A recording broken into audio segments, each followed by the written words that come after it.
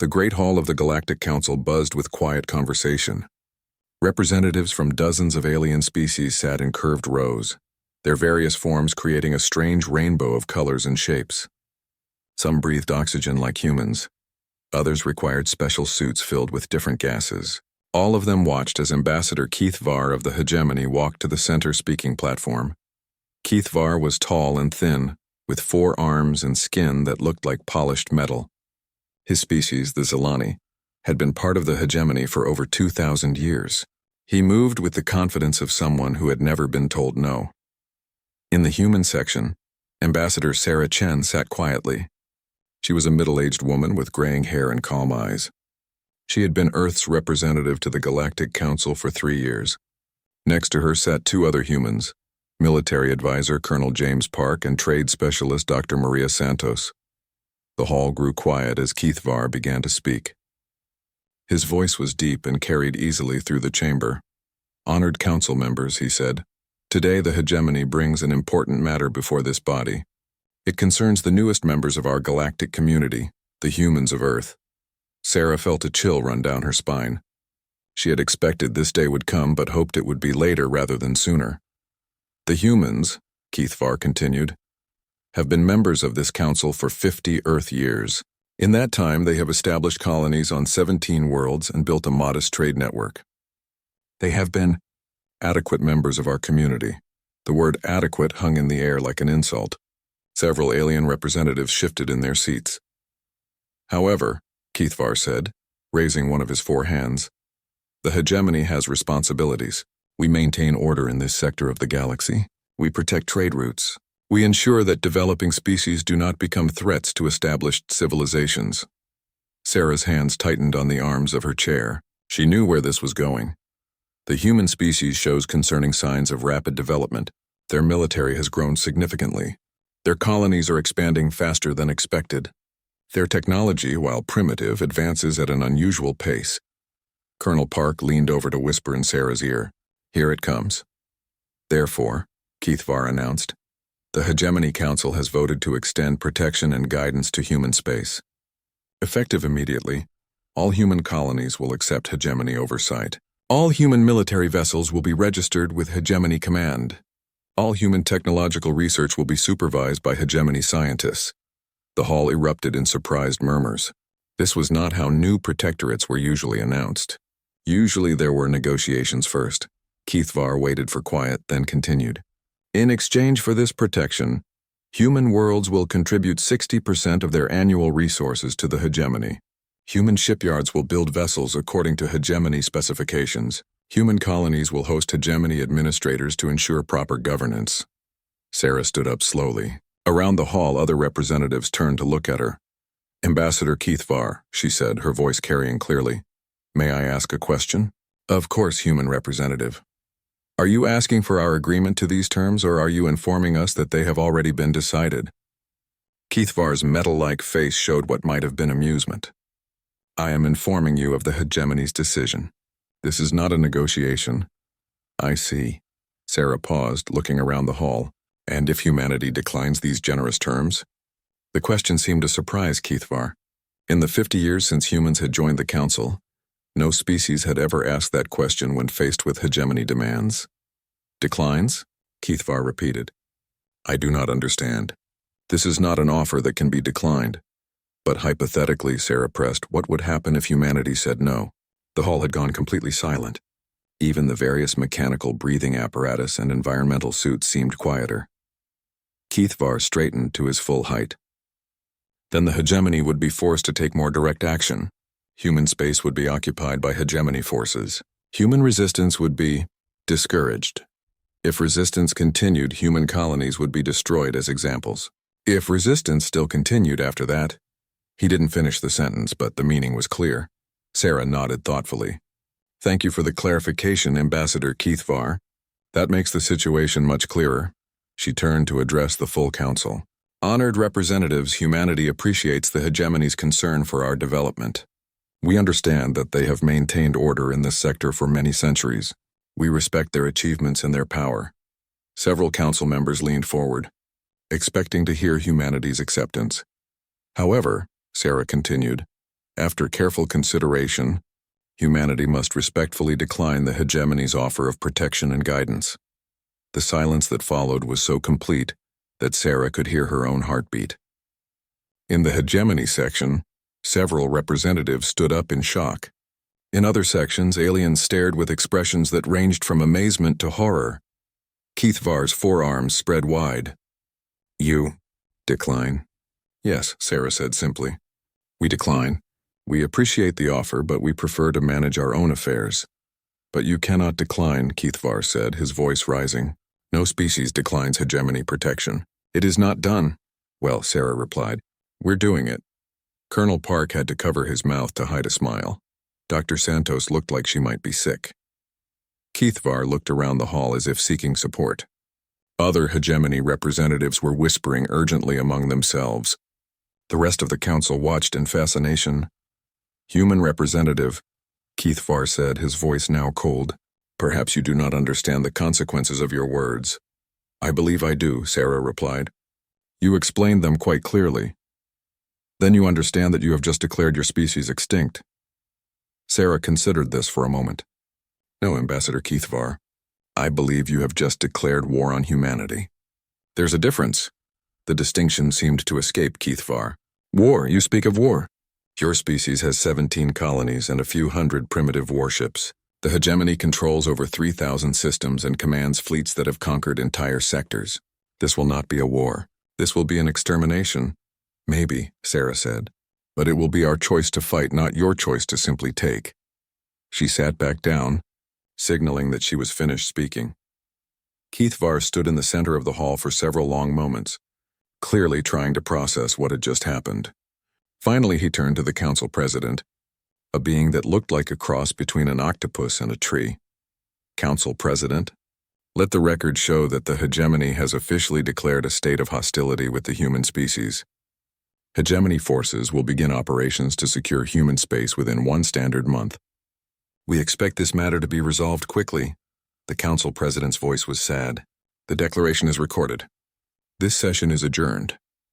As representatives began filing out of the hall, many cast pitying glances at the human delegation. They had just witnessed what they believed to be a species committing suicide out of pride. Sarah, Colonel Park, and Dr. Santos walked toward their ship in silence. Finally, Dr. Santos spoke. "Sarah, do you realize what you just did?" "I know exactly what I did," Sarah replied. "I gave humanity the chance to be humanity." Colonel Park nodded. "How long until the shooting starts?" Keithvar said 1 month. "But knowing the hegemony, they'll probably start with a show of force in the outer colonies. They'll expect us to surrender as soon as we see their fleet." "Will we?" Dr. Santos asked. Sarah smiled, but it wasn't a happy expression. "Maria, you've read the same history books I have. When has humanity ever surrendered when faced with extinction?" As their ship lifted off from the council station, none of them noticed the small observation vessels from other species that followed at a discreet distance. Word was already spreading through the galaxy. The humans had said no to the hegemony. Most species assumed they were about to witness humanity's final chapter. They had no idea they were about to see humanity's true beginning. Admiral Thiskane stood on the bridge of his flagship, watching the tactical display with satisfaction. Spread out before him was the 3rd Hegemony battle fleet, 47 warships ranging from light cruisers to massive dreadnoughts. It was more firepower than most species had ever seen in one place. Thiskane was a veteran of 12 conquest campaigns. His species, the Karani, were natural warriors with thick armor-like skin and multiple eyes that could track different targets simultaneously. He had overseen the subjugation of 6 different species over his long career. None had taken more than 3 days. "Status report," he ordered his communications officer. "Sir, we are approaching the human outer colonies.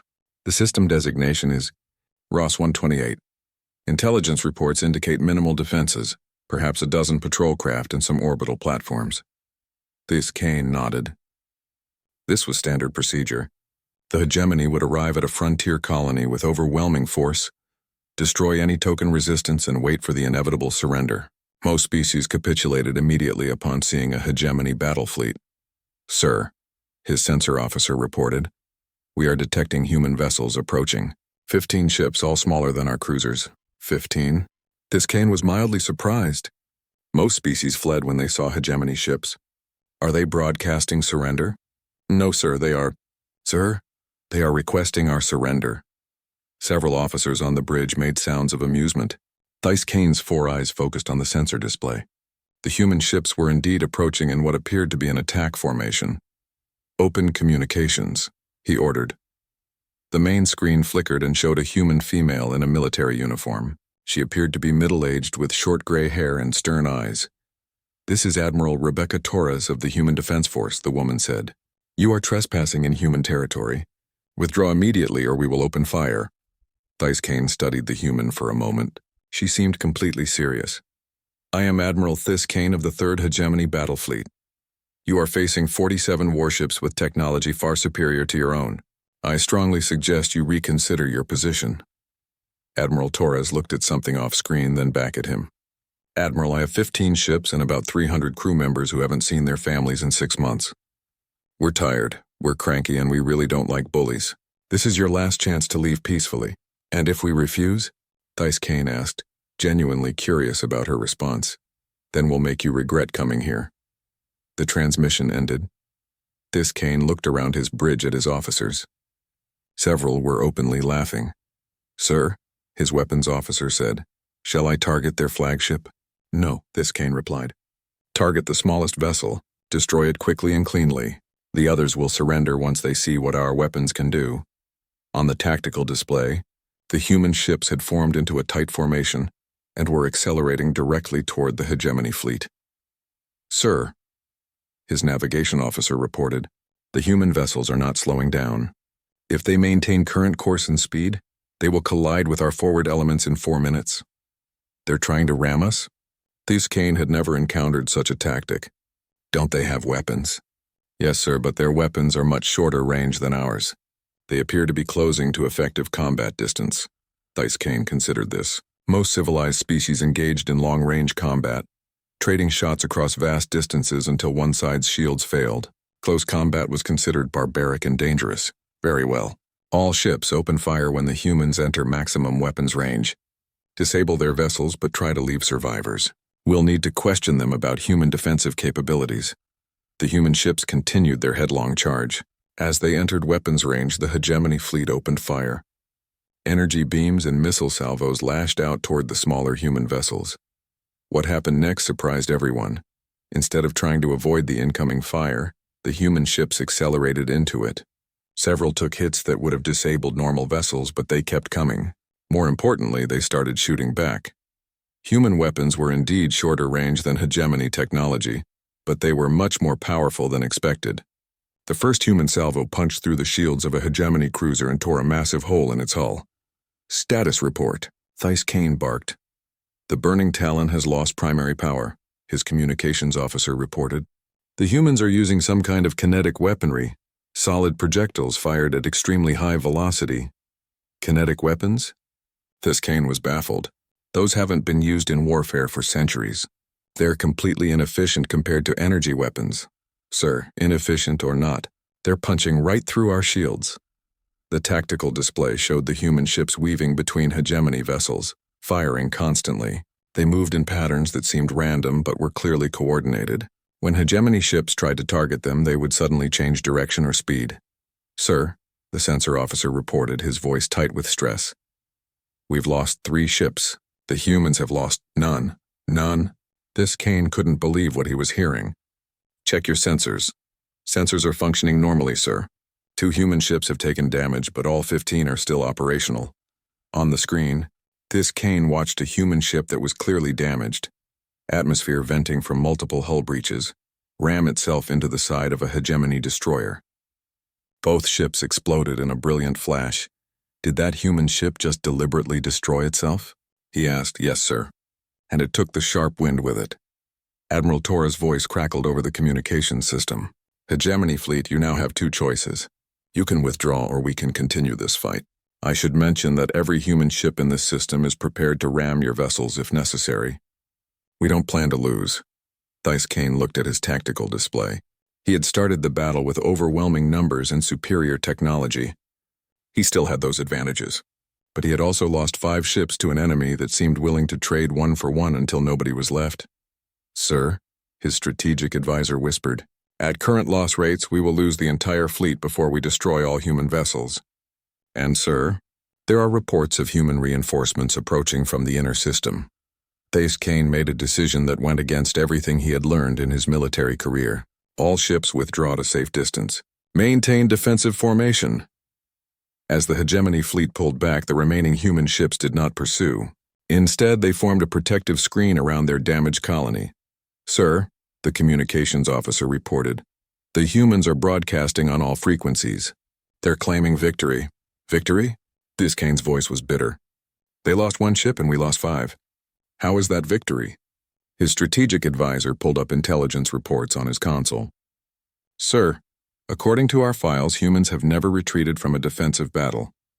They consider any battle where they hold the field afterward to be a victory, regardless of casualties." Thais Kane studied the reports.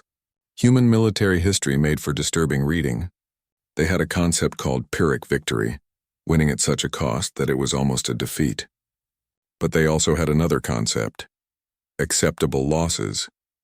Humans seemed willing to accept almost any level of casualties if they achieved their objective. "Send a message to Hegemony Command," he ordered. "Request reinforcements. Significant reinforcements. How many ships, sir?" Thais Kane looked at the tactical display again, where 14 human ships continued to patrol around their colony. "All of them. Send every ship we have." Meanwhile, on Earth, President Martinez stood before a joint session of the World Congress. Behind her, a large screen showed images from the battle at Ross 128. "Citizens of Earth," she began. 12 hours ago, the hegemony attacked human civilians at Ross 128. Our defenders fought bravely and drove off the attackers. But we must be realistic. This is only the beginning." The assembly hall was completely silent. "The hegemony has resources we cannot match in a conventional war. They have more ships, better technology, and thousands of years of military experience. If we fight them the way they expect to be fought, we will lose." She paused, letting that sink in. "Fortunately, we don't have to fight them the way they expect. Humanity has faced extinction before. We survived ice ages, plagues, asteroid impacts, and our own wars. We didn't survive by being the strongest or the smartest. We survived by being the most stubborn." A few chuckles rippled through the assembly. "Every human colony, every human ship, every human citizen is now part of our defense. We will not surrender. We will not negotiate. We will fight until we win or until there are no more humans left to fight." As President Martinez continued her speech, similar scenes played out on every human world. Factories began retooling to produce weapons. Civilian ships were converted to military use. Citizens volunteered for military service in numbers that overwhelmed recruitment centers. In space, human patrol fleets began receiving new orders. They were no longer just defending their assigned systems. They were hunting. The hegemony had started a war expecting to fight a civilization. They were about to discover they had declared war on a species. 3 months after the first battle at Ross 128, the war had spread across dozens of star systems. What the hegemony had expected to be a quick conquest had turned into something none of them understood. Keithvar stood in the war room of Hegemony Central Command, watching holographic displays that showed the current state of the conflict. Red dots represented hegemony-controlled systems. Blue dots represented human territory. The map should have been overwhelmingly red by now. Instead, blue dots were appearing in places they shouldn't be. "Explain this to me again," Keithvar said to Admiral Thais Kane, who had been promoted to overall military commander after his experience fighting humans. "The humans are not fighting like any civilization we've encountered," Thais Kane replied. "When we attack their colonies, they don't surrender when they're outgunned. They fight until every last defender is dead." "That's wasteful but not unprecedented," Keithvar said. "Some species prefer death to surrender. But sir, that's not all they do. When we destroy a human colony, other human forces don't fall back to defend their remaining territory. Instead, they attack our supply lines and rear bases." This Kane activated a section of the tactical display. 3 weeks ago, we destroyed the human colony at Kepler 442. We expected the humans to consolidate their defenses. Instead, they sent raiding parties behind our lines. They've destroyed 6 supply depots, captured 2 logistics bases, and turned 3 of our own ships against us. Turned them against us? The humans don't just capture enemy vessels, sir. They convert them. They strip out our systems and install their own weapons. Sometimes they use our ships as bombs, loading them with explosives and ramming them into our stations. Keithvar studied the display. What about our planetary bombardment operations? Admiral Thess Kane's expression grew troubled. That's where things get complicated, sir. He activated another section of the display, showing a human colony world called Haven. We deployed our standard planet cracker fleet to Haven 2 weeks ago. Complete orbital bombardment, followed by surface sterilization. Standard procedure for stubborn species. And, sir, we received a transmission from Earth. While we were bombarding Haven, the humans somehow intercepted our communications and broadcast the attack to their entire species. Keithvar felt a chill run down his spine. What was their response? They declared what they call total war, sir. Up until that point, human military forces had been following what they call rules of war. Apparently, they have been restraining themselves. Restraining themselves? Admiral Thess Kane pulled up intelligence reports. Sir, human military history contains something called the Geneva Convention, rules they created to limit the brutality of warfare. They've been following these rules even against us. But after Haven, he activated a new display showing recent battle reports. Human forces are now using biological weapons, chemical weapons, and tactics we've never encountered. They're targeting our civilian populations. They're using psychological warfare. And, sir, they're good at it. The first report showed the aftermath of a battle at a hegemony mining colony. Human forces had used some kind of chemical agent that made the station's atmosphere toxic to Karani physiology. The entire population had died in agony. The second report was worse. Humans had infiltrated a hegemony research facility and released genetically modified diseases specifically designed to affect Zelani immune systems. The facility had to be quarantined and eventually destroyed. They're targeting our biology, Thess Kane continued. Somehow they've analyzed the genetic structure of every hegemony species and created weapons specifically designed to kill us. Keithvar's forearms trembled slightly. How is that possible? They've only known of our existence for 50 years. Sir, that brings us to the most disturbing intelligence we've gathered. The humans weren't just studying us for trade and diplomacy. They were studying us as potential enemies. Every cultural exchange, every trade mission, every diplomatic meeting, they were gathering intelligence about our weaknesses. But why? We had no conflict with them. Admiral Thess Kane pulled up a transcript of an intercepted human military communication. This is from a human general explaining their strategy to his staff, he said. Quote, "We always assume that anyone we meet might someday try to kill us. It's not paranoia, it's pattern recognition. Every powerful neighbor humanity has ever had has eventually tried to destroy us. We prepare for that possibility from the moment of first contact." End quote. Keithvar read the transcript again. They've been preparing to fight us since they joined the Galactic Council? Sir, we've captured human military databases. They have detailed battle plans for fighting every major species in the galaxy. They know our ship designs, our tactics, our population centers, and our biological vulnerabilities. They've been preparing for this war longer than we've been planning it. The war room fell silent except for the humming of computer systems. What is our current strategic position? Keithvar asked. Admiral Thess Kane's expression was grim. Sir, we have superior numbers and technology. We control more territory. Our industrial base is larger. By every traditional measure, we should be winning decisively. But we're not winning, sir. We're losing ships faster than we can replace them. Our casualty rates are 3 times higher than human losses. And sir, human industrial production has increased by 800% since the war began. 800%? They've converted their entire civilization to wartime production. Every factory, every shipyard, every laboratory is now producing military equipment. And sir, they're innovating faster than our intelligence services can track. Admiral Thess Kane brought up images of recent human ship designs. 3 months ago, human vessels were primitive but adequate. Now they're building ships we can't classify. Some appear to be designed purely for ramming attacks. Others carry weapons we don't understand. Yesterday we encountered a human vessel that seemed to be made entirely out of explosives. Explosives? Yes, sir.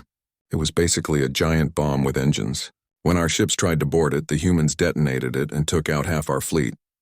Keithvar studied the tactical displays again. Red dots representing hegemony territory were flickering and changing to blue as human forces captured systems behind their lines.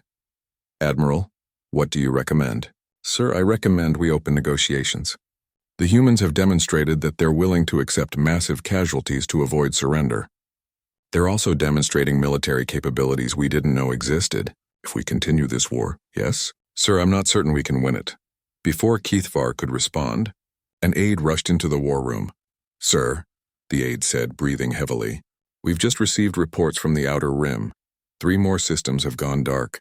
And sir, we've detected human forces moving toward core territory. How many ships? Admiral Thiskane asked. Sir, we're not sure they are ships. Our sensors are detecting large objects moving at incredible speeds, but they don't match any known vessel configurations. Keithvar felt something he hadn't experienced in decades. Fear. On Earth, Dr. Elena Vasquez stood in what had once been the International Space Station's research laboratory. Now it was humanity's primary weapons development facility. Around her, scientists worked frantically on projects that would have been unthinkable 6 months earlier. Status report, she said to her lead researcher. Ma'am, the Biological Warfare Division has successfully weaponized 17 different pathogens, specifically targeting hegemony species. The Chemical Warfare Team has created atmospheric agents that are lethal to all known alien physiologies, but harmless to humans. And the Kinetic Weapons Project? We've successfully tested the asteroid bombardment system. We can now accelerate large asteroids to significant fractions of light speed and guide them to specific targets. Dr. Vasquez nodded. Begin deployment to all frontline systems. Ma'am, her assistant said quietly, are we sure about this? These weapons violate every treaty humanity has ever signed regarding warfare. Dr. Vasquez looked out at the stars, where human and alien fleets were locked in deadly combat. Sarah, 6 months ago we were a peaceful species that believed in diplomacy and cooperation. Then the hegemony told us we had 2 choices, slavery or extinction. She turned back to her team. They forgot there was a third option, making them regret they ever met us.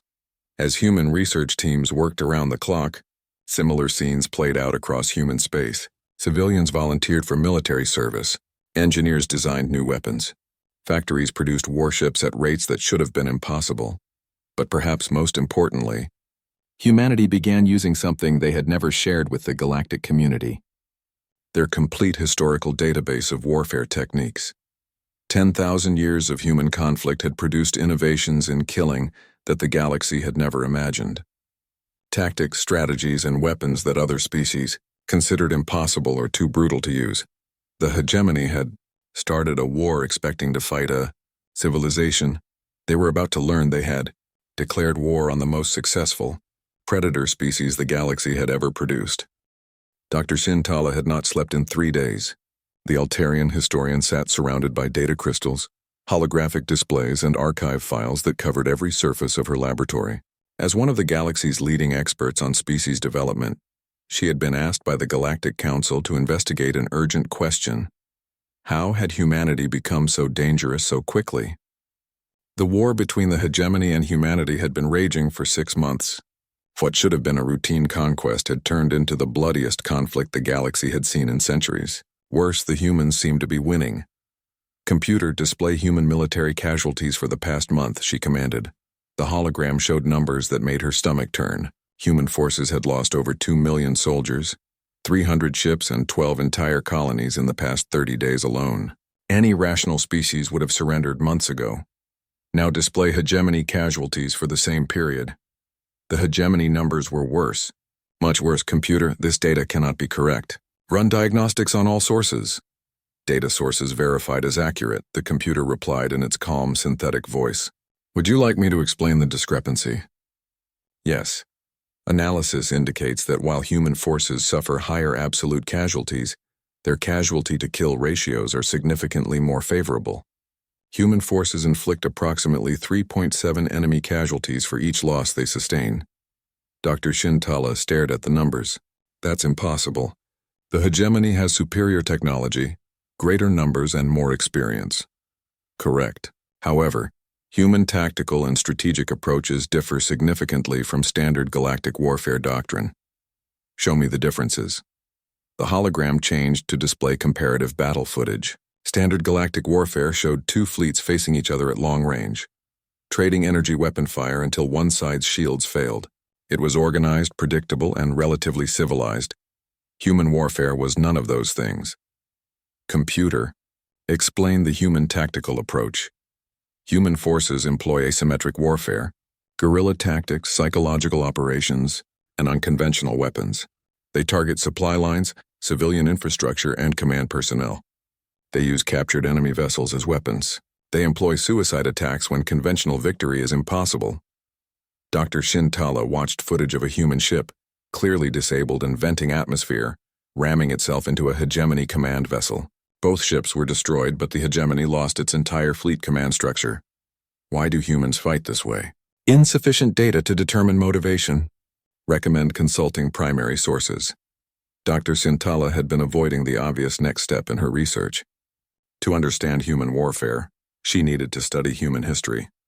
But every species that had joined the Galactic Council had submitted sanitized historical records, highlights of their cultural achievements, art and peaceful development.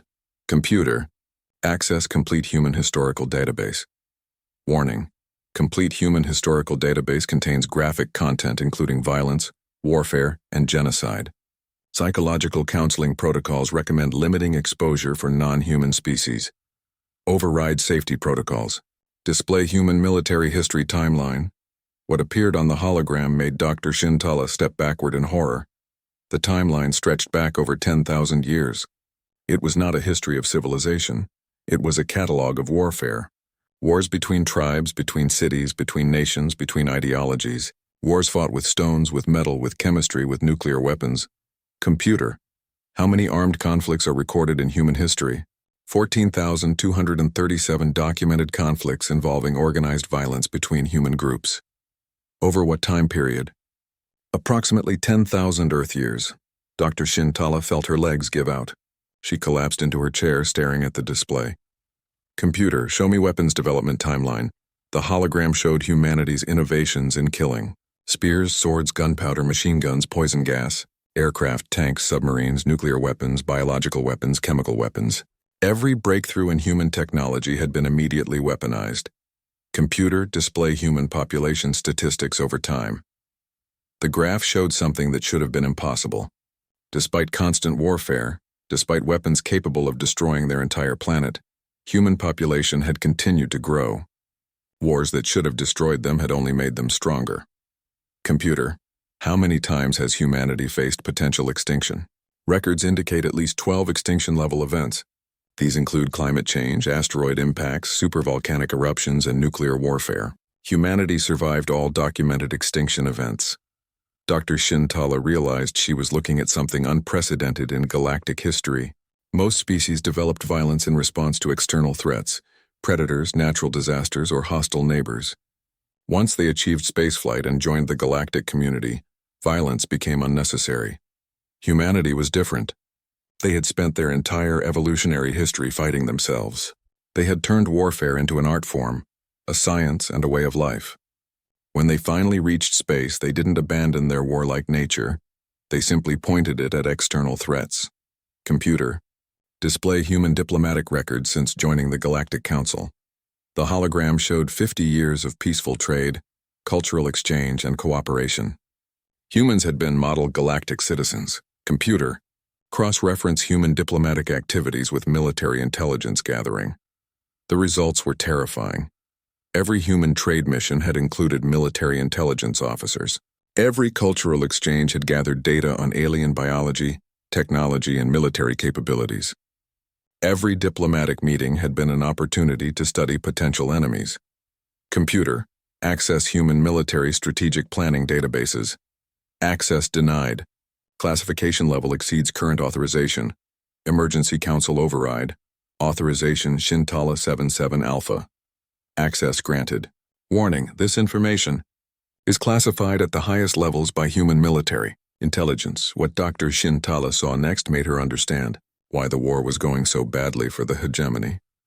Humans had detailed Battle plans for every major species in the galaxy.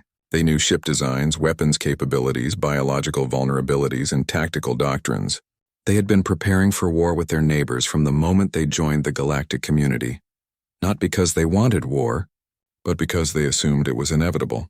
Computer, compile summary report for immediate transmission to Galactic Council. Dr. Shintala worked frantically to organize her findings. The Council needed to understand what they were dealing with. An hour later, she stood before an emergency session of the Galactic Council. The Great Hall was packed with representatives from every member species. Even races that rarely left their homeworlds had sent delegates. Honored representatives, she began, her voice shaking. I have completed my analysis of human military capabilities and historical development. She activated the holographic display, showing the human warfare timeline. We have made a fundamental error in our understanding of humanity. We assumed that because they have been peaceful members of our community for 50 years, peace was their natural state. Murmurs of concern rippled through the assembly. That assumption is incorrect. Humanity is not a peaceful species that has recently learned warfare. They are a warrior species that has recently learned peace. She displayed the casualty statistics from recent battles. Humans have spent 10,000 years perfecting the art of warfare. They have fought more battles, developed more weapons, and survived more conflicts than the rest of the galaxy combined. When they joined our community, they did not abandon their military expertise. They simply chose not to use it. A representative from the hegemony stood up. Dr. Shintala, are you suggesting that humans have been deceiving us? No, she replied. I believe humans genuinely desired peace, but they also prepared for war, because in their experience, peace is temporary and war is inevitable. She brought up the intelligence reports showing human strategic planning. Humans have been studying us since first contact, not for conquest, but for defense. They have detailed knowledge of our weaknesses because they assume that someday, someone will try to destroy them. The hall erupted in shocked conversations. That assumption, Dr. Shintala continued, has proven correct. She displayed footage from recent battles, showing human tactics that horrified the assembled delegates.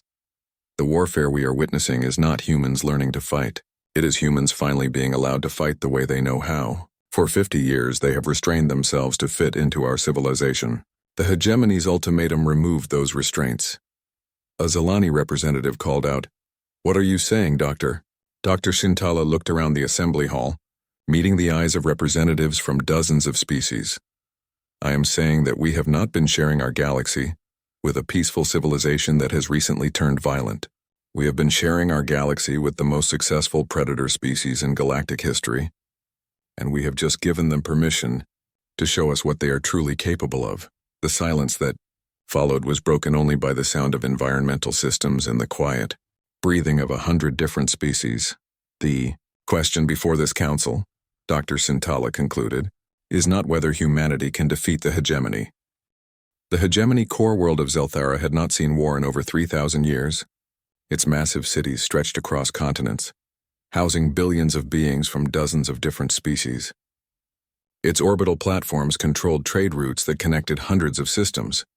It was the beating heart of the most powerful military force the galaxy had ever known. Now it was under siege. Keith Var stood in the emergency command center buried deep beneath the planetary capital, watching displays that showed human fleets approaching from 4 different directions. The impossible had happened. Humanity had fought their way through layer after layer of hegemony defenses to reach the core worlds themselves. Status report, he demanded. Admiral This Kane looked exhausted. He had been fighting humans for over a year, and the stress was visible in every line of his body. Sir, human forces have bypassed our main fleet concentrations and struck directly at our industrial and population centers. They're not trying to defeat our military. They're trying to destroy our ability to make war. How many ships are approaching Zelthara? Sir, that's the problem. We're not entirely sure they are ships. Keith Var's forearms moved in agitation. Explain. Human vessels no longer match any recognizable design patterns. Some appear to be converted asteroids with engines attached. Others seem to be pure weapons platforms with minimal life support. And sir, we've detected at least 12 vessels that appear to be designed for one purpose only, which is planetary bombardment, sir. Each one is large enough to sterilize a continent. The command center fell silent except for the steady beeping of monitoring equipment. "Sir," the communications officer reported, "we're receiving a transmission from the lead human vessel." On screen, the holographic display showed a human female in military uniform. But this was not the diplomatic ambassador Sarah Chen or even the measured Admiral Torres who had fought at Ross 128. This woman looked like she had been forged from the metal of destroyed ships and tempered in the fire of battle. "I am Admiral Chen, commanding officer of the Human Expeditionary Force," she said. Her voice was calm, but her eyes were cold. "You are Keithvar of the Hegemony Council." "I am," Keithvar replied. "Have you come to negotiate our surrender?" Admiral Chen's expression didn't change. "No. I have come to offer you the same choice you offered humanity 18 months ago." She gestured to something off-screen, and the display showed images of human colonies that had been destroyed by hegemony forces. "You burned our worlds. You killed our civilians. You told us we could submit or be exterminated." Admiral Chen looked directly into the camera. "We have decided that you were right. Those are the only two choices." "You're threatening genocide," Keithvar said. "No," Admiral Chen replied. "We're offering you the same terms you offered us.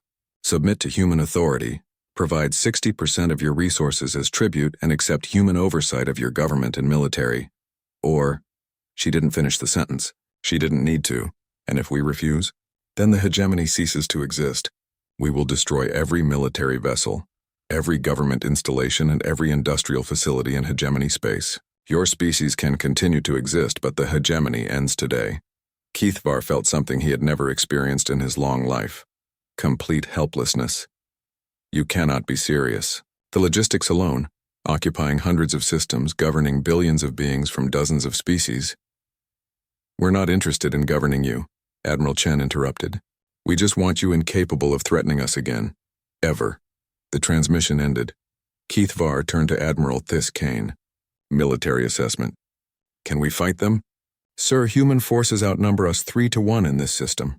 Their technology has advanced beyond our ability to counter it. And, sir," he hesitated. "What?" "Sir, our intelligence indicates that this fleet represents less than 20% of current human military capability. The majority of their forces are still engaged in mopping up our frontier territories." 20%? "Sir, in the 18 months since this war began, humanity has increased their military production by over 2,000%. They now have more warships than the rest of the galaxy combined." Keithvar looked at the tactical displays showing human forces surrounding their home world. "How is that possible?" "Sir, humans don't fight wars the way we do. When we go to war, our military fights while our civilians continue their normal lives. When humans go to war, their entire civilization becomes a weapon." Admiral This Kane brought up intelligence reports from human space. Every human world is now a military installation. Their children learn weapons maintenance in school. Their elderly work in ammunition factories. Their artists design camouflage patterns and propaganda. They have turned their entire species into a military force. "Sir," the communications officer interrupted, "we're receiving transmissions from across hegemony space. Multiple core worlds are reporting human fleets in their systems. All are demanding immediate surrender." Keithvar realized that this was not just a battle for Zelthera. Humanity had launched simultaneous attacks on every major hegemony world. "How many ships do they have?" he asked quietly. "Sir, our best estimate is over 50,000 combat vessels, not counting support ships, converted civilian craft, and unmanned weapons platforms. 50,000 ships. The hegemony at its peak had commanded less than half that number." "Sir," another officer reported, "incoming transmission from Earth." The holographic display showed a room Keithvar recognized, the same chamber where Ambassador Sarah Chen had first refused hegemony terms over a year ago. But now it was clearly a military command center, filled with displays showing battle information from across the galaxy. Sarah Chen stood at the center of the room, but she looked different. Older, harder, and utterly confident. "Keithvar," she said without preamble, "you have 15 minutes to order the complete surrender of all hegemony forces. If you do not, we will begin orbital bombardment of your core worlds." "Ambassador Chen," Keithvar began. "Surely we can negotiate." "I am no longer an ambassador," she interrupted. I am now the Secretary of Human Defense. And there will be no negotiation. You're talking about the deaths of billions of innocent civilians. Sarah Chen's expression hardened. You talked about the death of every human in the galaxy. You burned our colonies and called it policy. You declared war on our children and called it necessity. She leaned forward and her voice became deadly quiet. We learned from the best teachers, Keith Var. We learned from you. The transmission paused as Sarah conferred with someone off-screen. When she returned, her expression was almost sad. Keith Var, 18 months ago, you had the opportunity to coexist peacefully with humanity. You chose war instead. You assumed we would be easy victims because we had been peaceful neighbors. She gestured to the tactical displays around her. You forgot that peace is a choice, not a weakness. You mistook restraint for inability. Most importantly, you failed to consider why a species might choose to be peaceful despite being capable of this. The displays showed human fleets surrounding dozens of hegemony worlds. We choose peace because we know the cost of war better than any species in this galaxy. We have fought longer, harder, and more brutally than civilizations that have existed for millennia. We choose peace because we are very, very good at war. 10 minutes, Keith Var. The transmission ended. Keith Var looked around the command center at his officers and advisors. These beings had helped him rule hundreds of systems and command the loyalty of billions. Now they waited for him to make the decision that would end their civilization. Sir, Admiral Thys Kane said quietly, I recommend surrender. On what grounds? Sir, we cannot win this war. Human capabilities exceed our ability to counter them. Their industrial capacity dwarfs ours. Their willingness to accept casualties is unlimited. And sir, yes, sir, I believe they are showing us mercy by offering surrender terms at all. Keith Var considered this. Mercy? Sir, based on human historical patterns, they could simply destroy us entirely. The fact that they are offering any terms suggests they prefer to end this war rather than continue it. Even though they're winning? Sir, I don't think humans see this as winning. I think they see it as necessary. Keith Var activated the communication system one final time. This is Keith Var, Supreme Commander of Hegemony Forces. I hereby order the complete and unconditional surrender of all hegemony military assets to human forces. He paused, then added, and I formally apologize to the human species for our actions. We underestimated you and we have paid the price for that mistake. The response came from Admiral Chen, still aboard her flagship. Surrender accepted. Human forces will secure all hegemony military installations. Your civilian populations will not be harmed. Hegemony government officials will be processed according to human military justice protocols. She paused, and for a moment the hard military commander was replaced by something more human. Keith Var, we don't want to rule you. We never wanted to fight you. We just want to make sure this never happens again. And how will you ensure that? Simple, Admiral Chen replied. The galaxy has now seen what happens when humanity is forced to fight for its survival. We expect that lesson will be remembered. 1 year later, Ambassador Sarah Chen stood once again before the Galactic Council.